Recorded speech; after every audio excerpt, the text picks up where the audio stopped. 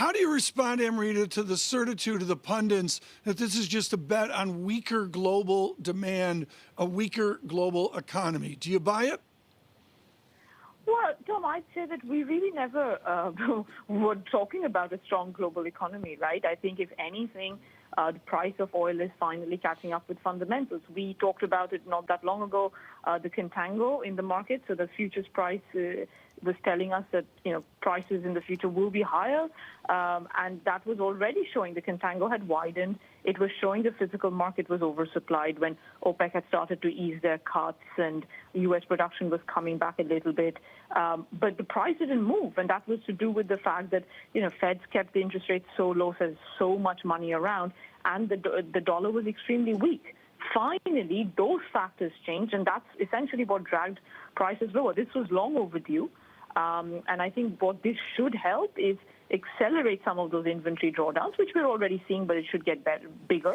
And that's the only way we will rebalance this market. Well, okay, I'm going to draw the ire of some of my co-hosts, perhaps, but trying to come up with a narrative to understand whether the moves in the equity market have been consistent with what we're seeing in oil. Oil seemed to be moving somewhat independently of the stock sell-off that we saw, the NASDAQ sell-off in particular, over the past 3 sessions, particularly having to do with OPEC cutting prices and people not increasing their orders all that much. Do you find the price action in oil, the weak demand in oil, to be consistent with to the large degree, the recovery in equity prices?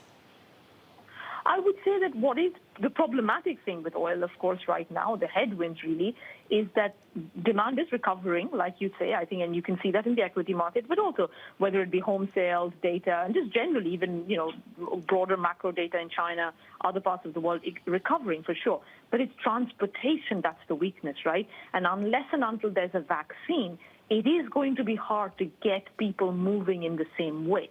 Yes, traffic data is picking up, but, flying jet fuel demand remains at record lows still. And that is the issue over here. And that's why I think it is correct for oil to diverge from equities broadly. But once you have run down the inventories and once you do get the demand recovery, which, by the way, is a good year, if not 2 away, then things will probably correlate a lot better. This is crucial, this idea that perhaps the economy can recover without people flying around and traveling around to the degree that they did in the past. How low could oil prices go, in your view?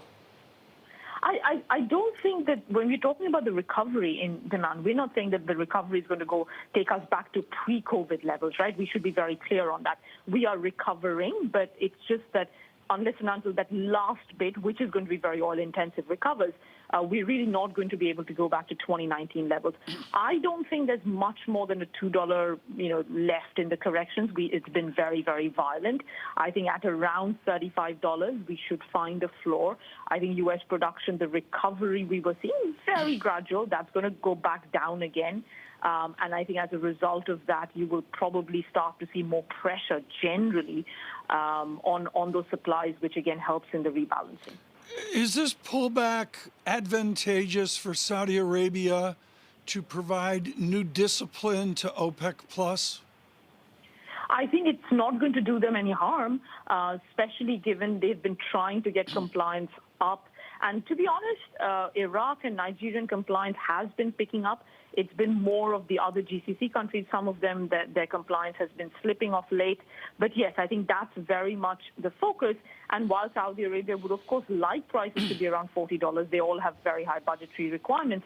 I think this does play to their advantage in the short term. What do you see next then? To Lisa's point, on the date calendar here, what does oil do next?